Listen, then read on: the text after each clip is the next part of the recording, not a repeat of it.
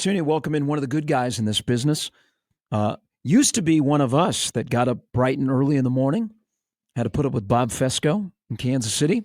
He is a familiar voice on the Kansas City Chiefs radio network. Josh Klingler joins us. Josh, good morning. Yes, this is early for me now. I love it. You guys can understand. Yeah. How long did you do mornings with Bob?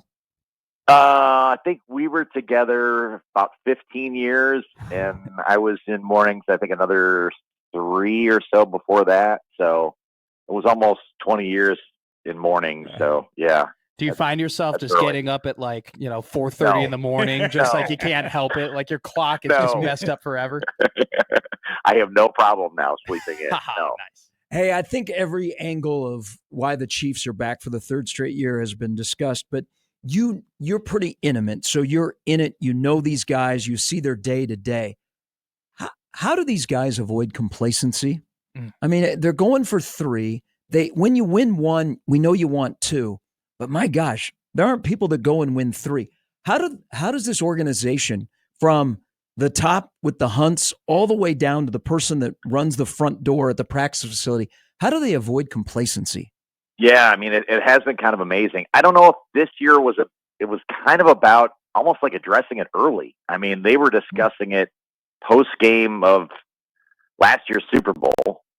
And then as we found out, they were kind of discussing it before the Super Bowl with, kind of behind the scenes. I know Jim Nantz had shared a story with us on the network about, sitting down with Travis Kelce before last year's Super Bowl, and he's like, "Oh no, wait! Next year we're going to win it again, and we're going to go undefeated." Well, they didn't go undefeated, but they got a chance to win it again. And then after the game at the podium, and then it kind of filtered down. It started with Mahomes, and then filtered down to everybody else. Like, yeah, we're going for 3. We're going for history. And I thought, wow, they're kind of addressing this a little bit early. Yeah. But in a way, I think it took the pressure off, because I think a lot of times it could be week 10. Or week 11, and you're in position again, and suddenly people going, "Oh, this team could be going for a 3-peat." And I don't think there was any of that pressure really all season long. I mean, it got talked about a tad bit, but I think they took the heat off themselves in a way. And then you just have it's hard to explain. You just have a couple really laser-focused guys. I mean, Mahomes is everything you would want in your quarterback.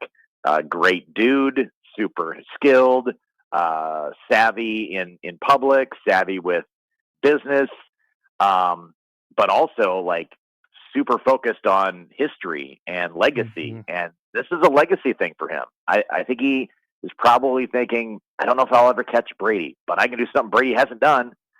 I think that does definitely enter his mind. And then the rest of them picked it up too. I mean, Kelce and Jones, specifically Chris Jones, they've specifically talked about legacy. They want to be remembered, not just as Chiefs, but in the NFL. And what better way to do it than to do something no one else has done before? And I think that's been kind of setting the tone. And then, I've been around teams in other sports really where the best player was the best player, but not necessarily the best leader. They are the most skilled. Yeah. You have that kind of the most skilled person necessarily isn't the one everybody gravitates to. Sure. Might be the best player.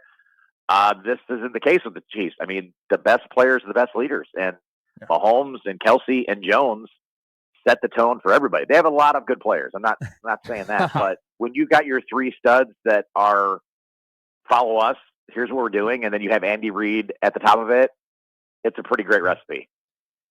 Hey, Josh, Matt here. Want to really appreciate you coming on. It's funny that you mentioned that with, I may not be able to catch Brady, but I can do something he hasn't done before. It reminds me of Michael Jordan. Like back in the 90s, he was like, I may not be able to catch Russell in terms of doing this, but I can do something that Larry and Magic didn't do, and that's win 3 in a row. I want to talk about Mahomes with you for a second. You've been covering this team, been around this team so much.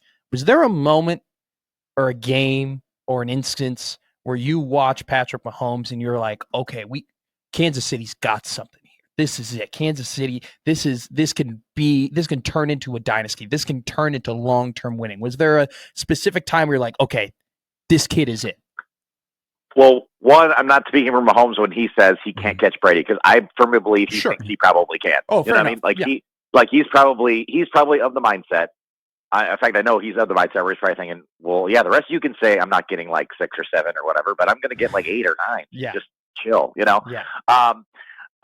if there was a singular moment, I mean, he came flying out of the chute, so it was hard. You were getting kind of some rumbles his first year, but you're like, okay, whatever. This is stuff coming out of the team.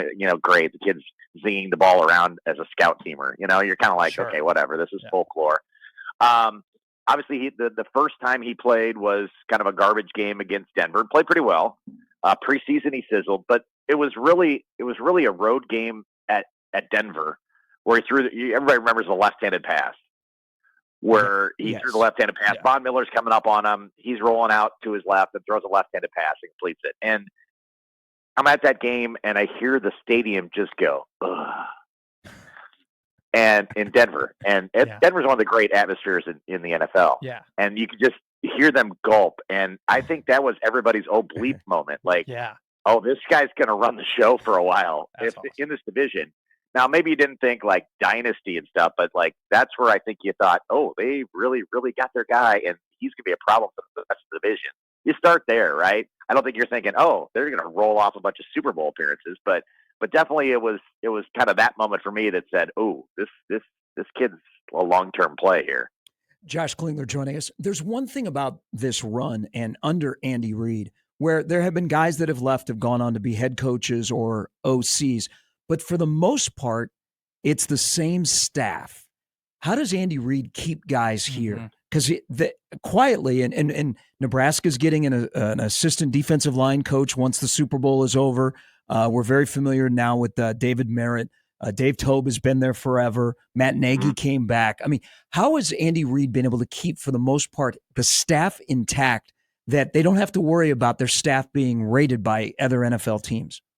Well, I think everybody has found this fun and this experience enjoyable, and I think that's a big part of it, right? Success is great, but I think that they've just really enjoyed the ride. Look, Steve Spagnuolo probably deserves, if you're looking around the NFL, like another shot at being a head coach. Wasn't a very good head coach the first time. I tell you what, he's a heck of a coordinator. I'd run through a wall for him. I see him basically.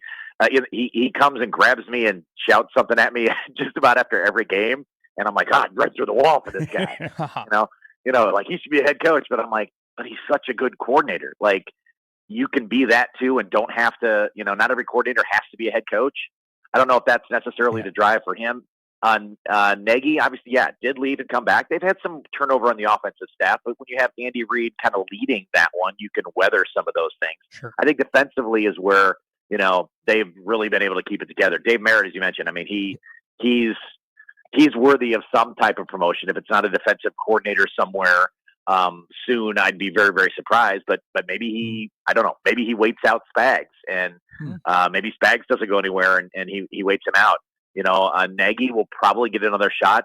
I wouldn't be surprised if it's not with the Chiefs at some point later on, whenever that day Andy Reid steps out. So I think they've created a system, a culture, a belief where, they want to stick around and do things. And then, go when the time is right. I mean, I know there was a lot of, well, where should Eric Bieniemy go when he was on staff? Where should he go? Where should he go? Should he take one of these head coaching jobs? I'm like, well, why would you want to go to a team that's looking for a head coach that's terrible when you could be the offensive coordinator of the Chiefs? Like some of those things just haven't made a lot of sense over the years either. Like you got to wait for that right situation too. And maybe some of them haven't found the right situation in order to go. Nagy thought he had, and it didn't go well in Chicago. And, they actually had an opening for him to come back. So it's not the worst thing in the world to work under Andy Reid. That's for sure. That's absolutely for sure. Josh, let's go a little bit higher up the ladder here to Brett Veach. I think the flashy stat that everybody is kind of talking about this week, only 5 players remain from that original Super Bowl roster about,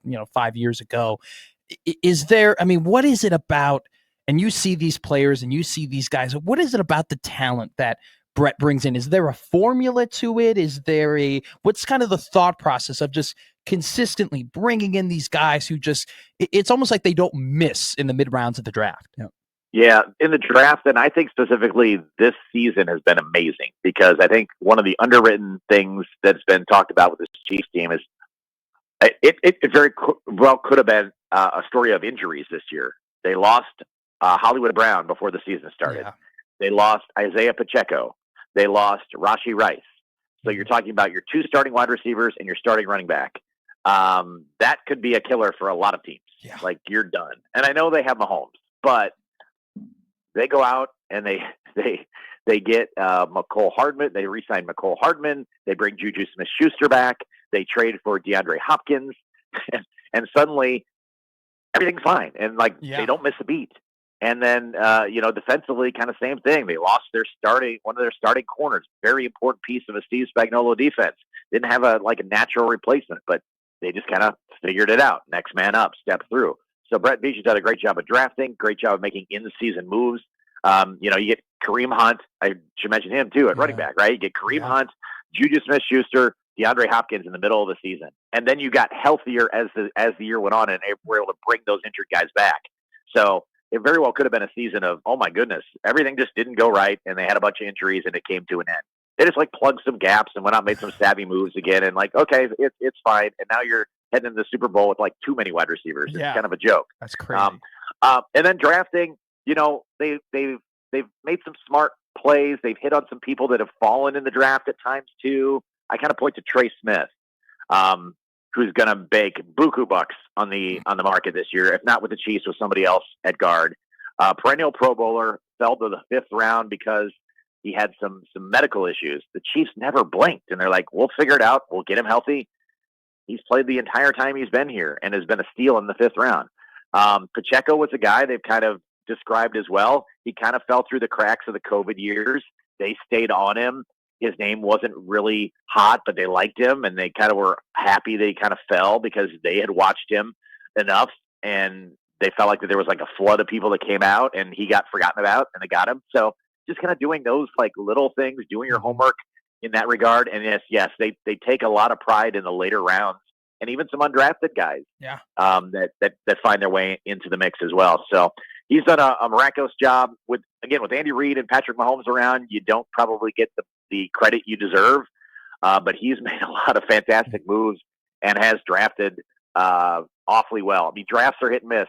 You look around, even the best drafters, they're going to have some busts, and they've away from a lot of those. Sure. At least in the last few years, especially to bring in contributors, because you're right, you gotta turn this thing over. Every 3 years, it's going to be a different squad, and they've done a pretty good job at that. What concerns you most from a Kansas City perspective when you look at Philadelphia?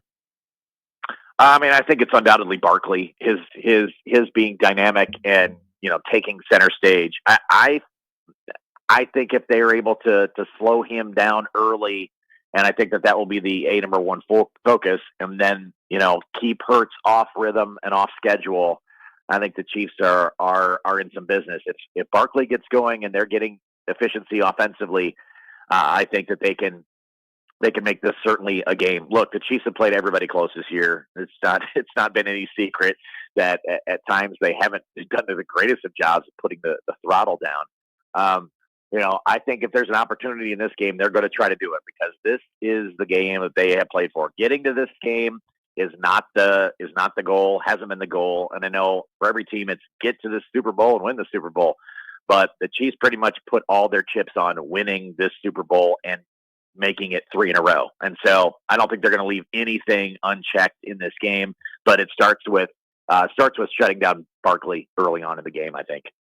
Josh, during the Patriots dynasty, the term, there was a kind of a coin term, the Patriot way, right? And do your job. And there was a lot of things that Belichick and Brady and that leadership hung their hat on as pillars for why they were so good for so long. What do you think are the pillars for the Chiefs way? I think there's a little of that in every successful team, and I know it had kind of a negative connotation, the Patriot way, do your job. But I think doing your job is the most important thing. I mean, I've seen Chiefs teams in the past that guys weren't doing their job, and one guy's trying to do 3 jobs, and it never works, right? Sure.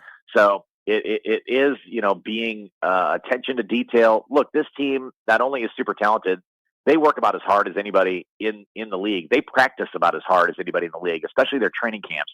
I don't know why more people don't follow what the Chiefs do to start a season, to start training camp. They go away. They practice really hard, within the NFL rules. But he does not run, let's kind of skip into camp. I mean, they're hitting the ground running. They're doing all kinds of stuff in May. When you can, in the facility, and it's a 365 plan, and you got to be on your point. And so if I'm a coach in the NFL, I'm probably like, why don't I do what Andy Reid's doing? This makes a lot of sense.